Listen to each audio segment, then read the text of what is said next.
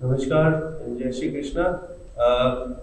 I'm pleased to inform you all that we are at Gita Bhavan, Manchester. It is one of the oldest temple in Manchester. और हमारे साथ यहाँ पर हैं पंडित श्याम सुंदर शर्मा जी, मीनाक्षी जी, परमिंदर शर्मा जी जिन्होंने मंदिर स्टार्ट करने में अपना पूरा योगदान दिया, और सरोज शर्मा जी। और before we start anything, I would like Pandit ji to start with Shri Ganesh Vandana. Thank you, Naveen ji. Gajananam bhutagadaधिसेवितं कपेत्यजम्बो फलचारुभक्षणम् उमासुतं शोकविनाशकारकम् Namami Vighneshwar पादपङ्कजम् शिवतनयं वरिष्ठं सर्वकल्याणमूर्तिं पुरुषकमलहस्तं शोभितं मोदकेन अरुणकुसुममालां व्यालियज्ञोपवीतं मम हृदयपुरनिवासं श्रीगणेशं स्मरामि। बोलिए गणपति गजानन भगवान की जय। बहुत बहुत शुक्रिया।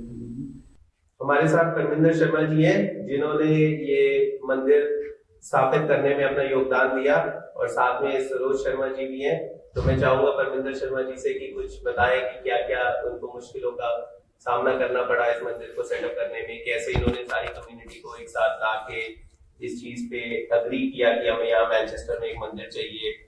और प्लीज परमिंदर शर्मा जी। धन्यवाद। पहले तो यहाँ एक मंदिर होता था 1964 में, गांधी हॉल है एक और मंदिर, वो लेकिन कलोफील्ड में है जहाँ से, लेकिन वहाँ वो जो मंदिर होता था वो सिर्फ संडे के लिए होता था, संडे को। तो जब भी मिस्टर राज कौशल जी आए युगांडा से, तो वो बड़े हैरान हुए कि यहाँ कोई अपने लिए जगह नहीं है जहाँ प्रे कर सकते। तो उन्होंने इनिशिएटिव लिया और जो यहाँ जोर्डन में 3-4 फैमिलियों को इन्वॉल्व किया, और फिर पहले तो जगह नहीं मिलती थी, तो लेकिन हमने क्या किया कि चर्च हॉल में वंस ए मंथ मीट करते थे, और वहाँ से थोड़ा थोड़ा पैसा निकालते थे कि अपनी साइट लेने के लिए, कोई मंदिर जगह लेने के लिए। तो ये पहली जो मीटिंग हुई थी 1978 जनवरी में, तो उसके बाद तकरीबन 30 फैमिलीज ने पार्टिसिपेट किया, और फिर और प्रोग्रेस होता रहा। तो हमने जो बिजनेस कम्युनिटी है उसको इन्वॉल्व किया कौशिक जी ने, और ये जो हमारे पहले 4 ट्रस्टी हैं, लांबा जी, कौशिक जी, जयरथ जी और कपूर जी, इन्होंने बहुत हेल्प की, बिजनेस वालों को कांटेक्ट किया और पैसा इकट्ठा किया। जब ये जहाँ हमारा मंदिर है, ये चर्च हॉल होता था। ये जो अब हम डाइनिंग हॉल यूज़ करते हैं, जहाँ पंडित जी का घर है, वो दूसरा हॉल वो 1900 में बना था। 1900 में शुरू हुआ था एज यूनाइटेड रिफॉर्म चर्च। तो लेकिन वहाँ ड्राई रॉट हो गया था कि दुनिया बहुत आती नहीं थी, तो मंदिर बंद रहता था, तो बारिश के साथ प्रॉब्लम होने लगी। तो उन्होंने ये हॉल बनाया 1964 में, और इसमें जब ये चर्च हॉल था, जो एंट्रेंस होती थी वो हमारे जहाँ साइड से है, और जहाँ हमारी एंट्रेंस है यहाँ इनका ऑल्टर होता था। तो ये लोग उस तरह फेस कर प्रे करते थे। तो इन्होंने एक और जगह ली और ये मंदिर मार्केट पर आया। तो कौशल जी और जो ट्रस्टी थे उन्होंने खूब मेहनत की, पैसा इकट्ठा किया और हमने ये जगह कैश अपने कम्युनिटी के लिए ली। और 1987 में नवंबर में यहाँ पहली पूजा हुई और काफ़ी लोग आए उन्होंने। और 1988 में यहाँ बड़ा यज्ञ हुआ। यहाँ बाहर से पंडित जी आए लंदन से कि यहाँ प्रॉब्लम ये होता था कि जब ये फ्यूनरल होता था तो हिंदुओं का कोई जगह प्रीस्ट नहीं होता था, तो इसीलिए हमने सोचा कि मंदिर होना चाहिए जो यहाँ से जो प्रीस्ट है वो ये हमारे रस्में पूरी करे, जैसा संस्कार है। तो इनके लिए हमारे को पंडित जी की बहुत जरूरत थी। तो फिर 1988 में पहला यज्ञ हुआ और काफ़ी लोगों ने सपोर्ट किया और काफ़ी लोगों ने पैसा दिया, दान दिया। और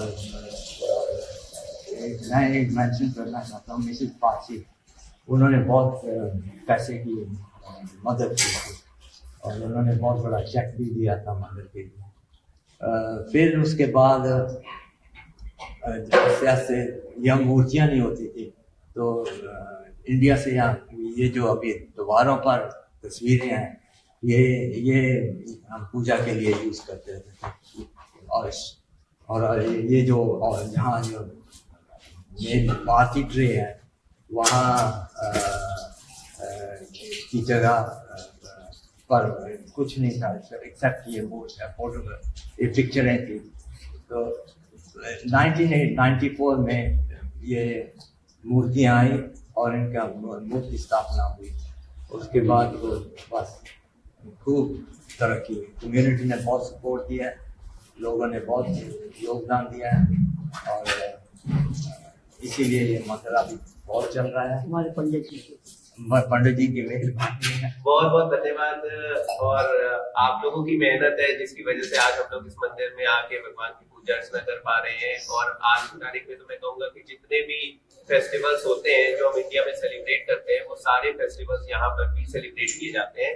तो मैनचेस्टर में रहकर भी, इंडिया से 5000 माइल दूर रहकर भी हमें ये नहीं लगता है कि हम कोई फेस्टिवल मिस कर रहे हैं। और जितना उल्लास यहाँ पर हमें दिखता है लोगों का कि वो आते हैं हर सैटरडे, अपना जितना भी सपोर्ट कर सकते हैं करते हैं, तो इनक्रेडिबल वर्क। और जैसे कि आपने बताया फ्यूनरल सर्विसेज का, तो वो एक बहुत इंपॉर्टेंट नीड है हमारी। और आपको मैं बताना चाहूंगा कि हमारा बोल्टन हिंदू फोरम जो हमारी ट्रस्ट है, हम लोगों ने भी 2018 में शुरू किया था बोल्टन फ्यूनरल सर्विसेज, स्पेशली हिंदुओं की फ्यूनरल सर्विसेज। क्योंकि उसमें क्या हो रहा था कि जो हमारी कम्युनिटी के लोग हैं वो नॉर्मली जा रहे थे जो फ्यूनरल डायरेक्टर्स के पास, और उसमें दिक्कत क्या होती थी कि उनको नहीं पता होता था कि भाई अंतिम संस्कार किस तरह से करना है, क्या उसकी विधि विधान है, क्या सामग्रियां यूज होंगी। और तो उस चीज को हमने सोचते हुए हमने ये लॉन्च किया। और कोविड में काफी लोगों को हम लोगों ने सपोर्ट किया। और फ्यूनरल सर्विसेज में एक इमोशनल अटैचमेंट भी बहुत जरूरी होता है, जो परिवार को संवेदना हमें देनी चाहिए, जो कि बहुत इंपॉर्टेंट होती है। सरोज जी, आप भी शुरू से इस मंदिर से जुड़ी हुई हैं, तो आप थोड़ा सा बताइए कि जब आपने ये मंदिर शुरू किया था तो कौन कौन से फेस्टिवल्स हम तब सेलिब्रेट करते थे, और आज की तारीख में पंडित जी बताएंगे कि हम कौन कौन से अलग अलग त्योहार हम सेलिब्रेट करते हैं और किस तरह से हम सारी कम्युनिटी को, इंडिया जैसे डिवाइडेड है अलग अलग रीजन्स में, तो सारी कम्युनिटीज को हम एक साथ इकट्ठा करके इस मंदिर में फेस्टिवल्स सेलिब्रेट करते हैं। शुरू से तो पहले जब मैंने बताया कि हमारे मूर्ति वगैरह नहीं थी तो फोटो से करते थे, लेकिन आहिस्ता आहिस्ता जब मूर्ति आनी शुरू होगी तो हमने अच्छी तरह से पूजा शुरू की। और पहले तो फ्यूनरल के लिए कोई कुछ जगह नहीं होती थी, तो जब ये मंदिर बना तो यहाँ पे जो जिनके घर में जगह नहीं होती थी फ्यूनरल के बाद वो यहाँ पे आके यज्ञ कर सकते थे। यहाँ भी जो क्रिमेशन के बाद या फ्यूनरल के बाद जो भी खाना वगैरह होता है वो मंदिर में करते हैं। तो हम यहाँ सारे त्योहार मनाते हैं। होली का बहुत अच्छा त्योहार होता है, स्टूडेंट्स वगैरह आते हैं, वो अच्छी तरह से होली खेलते हैं। दिवाली का बहुत बड़ा फंक्शन होता है, जन्माष्टमी का, शिवरात्रि का, हम हर एक त्योहार मनाते हैं। और हमारे पंडित जी, हम आजकल भागवत की कथा समाप्त हुई है लास्ट वीक की, वो तो हर चौथे साल पर कोविड करके तो जरा प्रॉब्लम हो गई थी, लेकिन अभी फिर से कथा वगैरह शुरू हो गई है। शिव पार्वती का विवाह हुआ था, रामचंद्र सीता का विवाह हुआ था पिछले साल। तो अभी अनदर फंक्शन जो हो रहा है वो गणपति का हो रहा है। यहाँ से कोचेस जाती हैं लिवरपूल, पहले तो गणपति जी की स्थापना होती है, तो यहाँ पे पूजा करके फिर हम सब लिवरपूल जाते हैं। ये हमारा पंडित जी का बहुत बड़ा योगदान है, इन्होंने ये मंदिर को बहुत ऊंचाई तक पहुंचाया है। और हम सबकी जो भी धार्मिक विचार हैं या हमारी नीड्स है, वो सारे यहाँ पे पूरे हो जाते हैं। और हम सब लोग ना संडे को आके यहाँ पे लेडीज सत्संग करती है, जो उनको बहुत अच्छा लगता है। धन्यवाद। पंडित जी, आप कुछ बताइए, जो हमारा गणपति फेस्टिवल आने वाला है, और यहाँ पर मैनचेस्टर और लंदन 2 ऐसे शहर हैं यूके में जिसमें कि हमारे इंडिया के हर एक कोने से लोग रहते हैं, चाहे वो केरला हो, महाराष्ट्र हो, तमिलनाडु हो, कर्नाटका हो, यूपी हो, बिहार हो, गुजरात हो, असम हो, हर अलग अलग रीजन से लोग आते हैं। तो आप गणपति जो गणपति जो फेस्टिवल आ रहा है हमारा, तो ये शुरू तो मराठी कम्युनिटी से हुआ था, लेकिन धीरे धीरे ये पूरे हिंदुस्तान में, पूरे इंडिया में ये सेलिब्रेट हो रहा है, पूरे भारत में सेलिब्रेट हो रहा है। तो इस पे आप बताइए कि किस तरह से आप उसको ऑर्गेनाइज करते हैं और कौन कौन सी कम्युनिटीज आपके साथ आती हैं इसको ऑर्गेनाइज करने में। धन्यवाद अमित जी।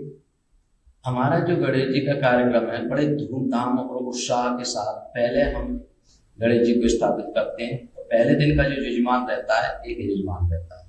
जैसे इस बार सोनी फैमिली ने स्पॉन्सर किया है पहला दिन, तो यहाँ पर 10 बजे हम पूजा आरंभ करते हैं, गणेश जी को लेके आते हैं धूमधाम के साथ में, गणपति बाप्पा मोरिया करते हुए सभी भक्तजन। उसमें ये नहीं कि व्यक्ति विशेष ही हो, जैसे कि किसी ने स्पॉन्सर किया तो वही आएगा, सभी कम्युनिटी होंगे इकट्ठे होकर के आते हैं। और इसमें ये नहीं है कि उसमें गुजराती है, कि बंगाली है, कि मराठी है, कि अपना तेलुगु है, कि कन्नड़ है, सभी ऑल कम्युनिटी इस गीता भवन की एक छत्र छाया में बैठ करके आनंद का अनुभूति करते हैं। इतना आनंद लेते हैं, आप हमारे फेसबुक पेज पर जाकर देखेंगे, वहां पर खूब आनंद के साथ में उत्सव मनाते हैं। और पहले अभी जैसे पहले दिन मैन यजमान जो होगा उसकी तरफ से कार्यक्रम होता है, उसमें यहाँ पर बाहर में लड्डुओं की दुकानें लगाई जाती हैं, लड्डू ले लेके लोग 108, 51, 11 जैसे भी इनकी श्रद्धा होती है यहाँ पर हम विराजमान करते हैं। गणेश जी की पूरी छवि बनाते हैं, मंडप बनाते हैं और आनंद के साथ में सभी आनंद लेते हैं। और भजन कीर्तन और उसके बाद में प्रीति भोजन। इस बार 5 दिन के लिए गणेश जी रखते हैं, तो 5वें दिन हमारे यहाँ पर प्रीति भोजन है, जो कि समय होता है 5 बजे से और 8 बजे के बीच में।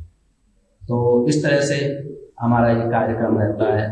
और फिर उसके बाद में दूसरे दिन जैसे कन्नड़ समाज की हो गया, तमिल वालों का तरफ से हो गया, तेलुगु समाज की तरफ से हो गया, फिर मराठी मंडल का होता है, तो उसमें नाच गान, गणपति बाप्पा ढोल ताशे वगैरह खूब बजाते हैं और गणपति बाप्पा मोरिया करके खूब बाहर भीतर सब जगह आनंद। और कम से कम मराठी मंडल का जिस दिन होता है उस दिन कम से कम 600-700 पीपल यहाँ पर होती है। आते नहीं है, फिर भी हम लाइन लगा के कभी इधर से चारों तरफ से आनंद लेते हैं। और उसके बाद में ठीक फिर हम विसर्जन के लिए जाते हैं। तो इस बार 24 तारीख को गणेश जी का विसर्जन है। उस दिन हम लोग यहाँ से 10 साढ़े 10 बजे निकलेंगे बाई कोच। अब कोच में जितने आते हैं उतने ठीक है, एक कोच नहीं 2-3 कोच हम लेके जाते हैं, पर वो अभी कोच हमारी भर भी गई है इन दिनों। लेकिन काफी भक्तजन हमारे पीछे गाड़ियां लगा करके वहाँ कम से कम 400-500 लोग इकट्ठे हो जाते हैं, फिर ही हम पहले से बुक करते हैं। बहुत शुक्रिया पंडित जी। और बाकी गणपति के अलावा अभी सबसे पहले हमारा गणेश जी से पहले जन्माष्टमी का कार्यक्रम आ रहा है। तो जन्माष्टमी में हमारे छोटे छोटे नन्हे मुन्ने बच्चे आते हैं, यहाँ पर खूब लीला होती है ठाकुर जी की, यहाँ खचाखच भरा रहता है। उसमें भी व्यक्ति विशेष नहीं है कि उसी की तरफ से कि ये पंजाबी मंदिर है कि गुजराती, सभी कम्युनिटियों को हमने इकट्ठा किया हुआ है और सभी अपने अपने बच्चों को लेके आते हैं, अपने पेरेंट्स को। जो इंडिया से जो पेरेंट्स आते हैं वो तो मम्मी जी बड़े खुश होते हैं यहाँ पर और बड़ा आनंद लेते हैं। वो कभी कभी तो हमसे ये कहते हैं कि ऐसा तो हम कार्यक्रम इंडिया में भी नहीं करते जितना आप यहाँ पर कर रहे हैं। तो कितनी आनंद की अनुभूति होती है।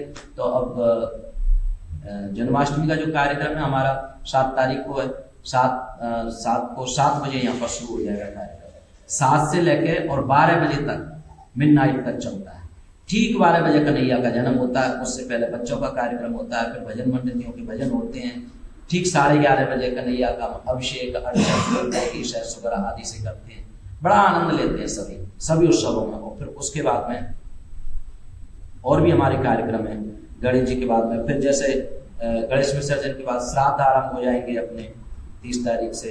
और फिर उसके बाद में 15 अक्टूबर से अपना नवरात्रे, जैसे अभी सरोज आंटी बता रहे थे आपको, बड़े धूमधाम के साथ में 9 दिन तक यहाँ पर एवरीडे 5 बजे से 8 बजे तक माता की चौकी, जिसमें बाहर से मंडलियां भजन गाने के लिए आती हैं, कभी नहीं होती हैं, तो यहाँ से गरबा, डांस, भंगड़ा और भजनों के द्वारा सब आनंद लेते हैं। यहाँ पर खूब नाचते गाते हैं और शाम को फिर भोजन। सभी भक्त पहले से ही एक साल पहले से ही बुकिंग कर देते हैं और सारा बुक रहता है हमारा।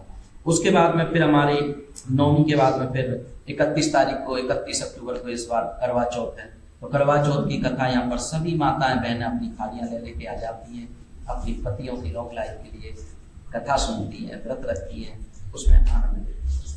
तो उस तरह से हमारा कार्यक्रम होता है। फिर उसके बाद में दिवाली आ जाती है। दीपावली के दिन भी यहाँ पर खूब आनंद होता है। सायंकाल के समय तो लोग इतने आते हैं कि आ रहे हैं, हजारों की संख्या में भक्तजन आते और जाते हैं। और फिर उसके दूसरे दिन पर अन्नकूट का प्रोग्राम रखते हैं। फिर जैसे माता जी बता रहे थे, क्योंकि तुलसी विवाह, राम विवाह, शिव विवाह इतने उत्साह और चाव के साथ में करते हैं जैसे कि आप रियल जो शादी होती है उसी तरह का हमारा कार्यक्रम। तो इस तरह के हमारे कार्यक्रम चलते रहते हैं और सभी भक्त मंडली इकट्ठे होकर के और आनंद लेते हैं इसकी। तब बहुत बहुत शुक्रिया पंडित जी। तो जैसे कि आप लोगों ने सुना कि हर एक त्योहार यहाँ पर इतने आनंद से मनाया जाता है और लोग इतने आकर उसको एंजॉय करते हैं।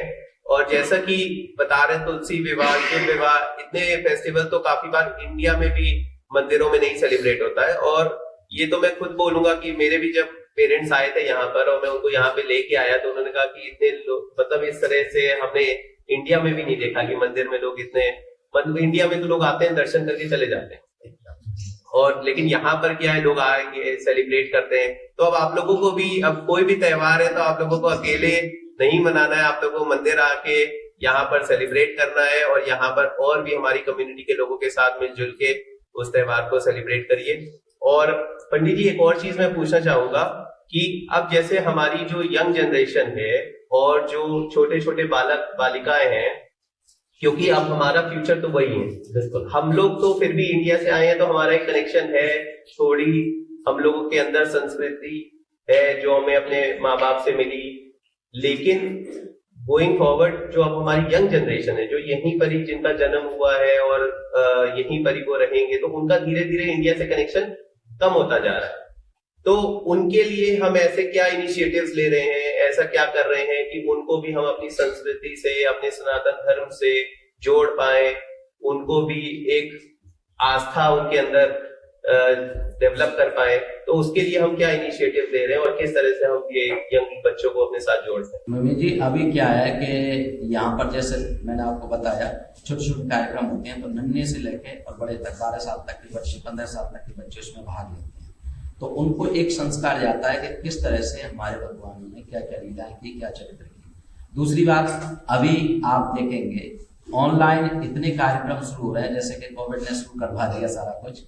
अभी बच्चे जो है ना श्लोक बोलते हैं ऑनलाइन, उसके बारे में अभी मीनाक्षी जी बताएंगी आपको, ये भी ऑनलाइन कर रही हैं। तो उसमें कितने कितने कार्यक्रम, दूसरी हमारी संस्थाओं के द्वारा यहाँ पर 2 जगह तो यहाँ पर अपने कार्यक्रम चलते हैं, तो उसका चलता है यहाँ पर भारतीय विद्यालय, उसमें हिंदी क्लासेज हैं, इंग्लिश में हैं, भरतनाट्यम है और वाद्य यंत्र हैं, उसमें हारमोनियम, तबला, सारा कुछ, डांस वगैरह, बॉलीवुड डांस भी सिखाते हैं। तो वो संस्कृति से पूरे जुड़े हुए हैं और यहाँ पर हजारों की संख्या में भक्तजन जाते हैं और उनके बच्चे जाते हैं और आनंद लेते हैं। तो उसके बाद वही पूरी कम्युनिटी इकट्ठी होकर मंदिर में आकर के कुछ ना कुछ कार्यक्रम करते हैं। तो हम लोग जुड़े हुए हैं और जुड़ रहे हैं और जुड़ते रहेंगे।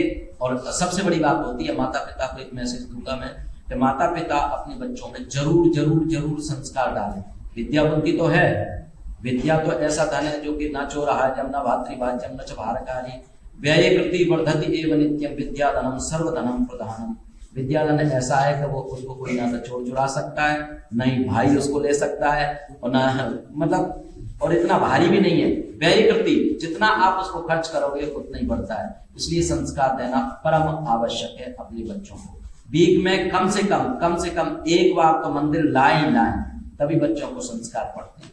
आते हैं बच्चे, भले यहाँ पर चॉकलेट लेके जाएं, प्रसाद लेके जाएं, मत्था टेक के जाएं भगवानों से, फिर वो आकर के, काफी फैमिली हैं जो हर वीक यहाँ पर आते हैं, बट जो नहीं आते हैं उनको मैं यही मैसेज दूंगा कि अपने बच्चों में संस्कार दें। और उनके कभी कभी माता पिता कहते हैं हमको भी पता नहीं, क्यों नहीं पता है, आप उस चीज को ढूंढो, आजकल तो गूगल पे सब कुछ मिल जाता है। तो इसलिए बच्चों में संस्कार देना परम आवश्यक है, बहुत ही जरूरी है और हम लोग उससे जुड़े हैं। ये आपने पंडित जी बहुत ही अच्छी बात कही कि कम से कम हम लोगों को हफ्ते में एक बार तो मंदिर आना ही चाहिए अपने बच्चों को लेकर, जरूर, क्योंकि जब वो आएंगे हमें देखेंगे तभी वो सीखेंगे। क्योंकि छोटे बच्चे जो देखते हैं वही सीखते हैं। उनको आप कितना भी सिखा लो, समझा लो, उनको नहीं समझ में आता। जब वो देखते हैं कि बड़े ऐसा कर रहे हैं तो वो भी वो करते हैं। शिव जी पे जल चढ़ाना है तो देखेंगे कि लोग जल चढ़ा रहे हैं, हमें भी चढ़ाना है, हम भी चढ़ाएंगे। फिर जब धीरे धीरे उनकी और चेतना बढ़ेगी तो वो ये भी समझेंगे कि शिव जी पे जल क्यों चढ़ाते हैं, शिव जी पे दूध क्यों चढ़ाते हैं, शिव जी पे उसका क्या लाभ है, क्या किससे शिव जी प्रसन्न होते हैं। और ऐसे करके दूसरे भी जो भगवान जी है, गणेश जी है, गणेश जी की सबसे पहले वंदना क्यों की जाती है। तो जब वो आएंगे तभी वो सीखेंगे, और फिर जब वो सीखेंगे तो वो आगे अपनी नेक्स्ट जनरेशन को भी वही संस्कार दे पाएंगे। तो इसलिए हमारे लिए ये बहुत जरूरी है कि हमारे खुद के भी फ्यूचर के लिए कि हमें अपने बच्चों को संस्कार देना। और संस्कार हम देने में अगर असमर्थ होते हैं कि हमें इतनी नॉलेज नहीं है, तो आपके लिए ये संस्थान है, ये गीता भवन मंदिर है जिसमें आप लोग आ सकते हैं और अपने बच्चों को लाइए। तो जब बच्चे आपस में एक दूसरे से मिलेंगे तो वो आपस में एक दूसरे से भी सीखेंगे। कोई भी चर्चा करेंगे, भगवान के विषय में चर्चा करेंगे, त्योहार के विषय में चर्चा करेंगे, तो वो कहीं ना कहीं वो भी सीखेंगे। और भले ही वो उस समय ना रिस्पॉन्ड करें, लेकिन जब वो बड़े होंगे तो उनके माइंड में, सबकॉन्शियस माइंड में वो चीजें रहेंगी, तो वो एक इंक्लिनेशन ऑटोमेटिकली उनके लाइफ में आएगा। और एक अच्छी सामान्य शांतिपूर्ण लाइफ जीने के लिए आध्यात्म का होना बहुत जरूरी है। और इसलिए मतलब तो बहुत सराहनीय काम है जो पंडित जी कर रहे हैं, और आप लोगों ने ये मंदिर शुरू किया जिससे कि भाई हजारों की संख्या में लोग इसका लाभ उठा रहे हैं और कहीं ना कहीं वो अध्यात्म से जुड़े रहे हैं। मीनाक्षी जी, आप थोड़ा अपने बारे में बताइए कि किस तरह से आप जो हमारे छोटे नन्हे मुन्ने बालक हैं, बालिकाएं हैं, उनको किस तरह से आप शिक्षा देती हैं और अध्यात्म से कैसे जोड़ने का प्रयास करती हैं? आज कोविड ने एक्चुअली बहुत कुछ सिखाया गया है। कोविड में ऑनलाइन क्लासेस बहुत ज्यादा कर दी। जो कोई साथ में नहीं भी जा सकता है क्लासेस अटेंड करने on the spot, so better है कि ऑनलाइन करें। मेरा खुद का बेटा इंडिया से क्लासेस चल रही है, विश्वास एक कुछ है संस्थान करके, तो वो लोग संस्कृत श्लोक सिखाते हैं। अभी उसका 5-6 लेसन था, तो एक हर डे, हफ्ते में 2 दिन लेसन होता है और वो 2 श्लोक एटलीस्ट वंस अ डे सीखते हैं, विच इज रियली गुड, क्योंकि बहुत अच्छा है। बच्चों को सिखाना बहुत जरूरी है। बच्चों को पता नहीं चलेगा तो वो फिर तो हमारा आगे खत्म ही है सब कुछ। तो उसके लिए यही है कि एक ये है कि बच्चों को मंदिर लाना बहुत जरूरी है, at least once a week. Parents बोलते हैं कि हम लोग बहुत बिजी हैं, ज़्यादा बिजी हैं, तो कम से कम एक दिन तो ज़रूरी है। और बहुत ज़्यादा मत टिके, एटलीस्ट मंदिर में आकर दर्शन करें और उनको दिखाएं एटमॉस्फेयर क्या होता है, वो बहुत ज़रूरी है। नहीं तो बच्चे तो बिल्कुल नहीं सीखेंगे। यहाँ तो गोरोगे में ज़्यादा रह के उनका वो ज़्यादा होने वाला है। और विश्वास वाला जो मैं सीख रही हूँ, साथ में एक और है, एक और संस्थान है जो कि बड़ों को भी संस्कृत सिखा रहा है। अच्छा। तो वो विष्णु सहस्त्र नाम सिखाते हैं।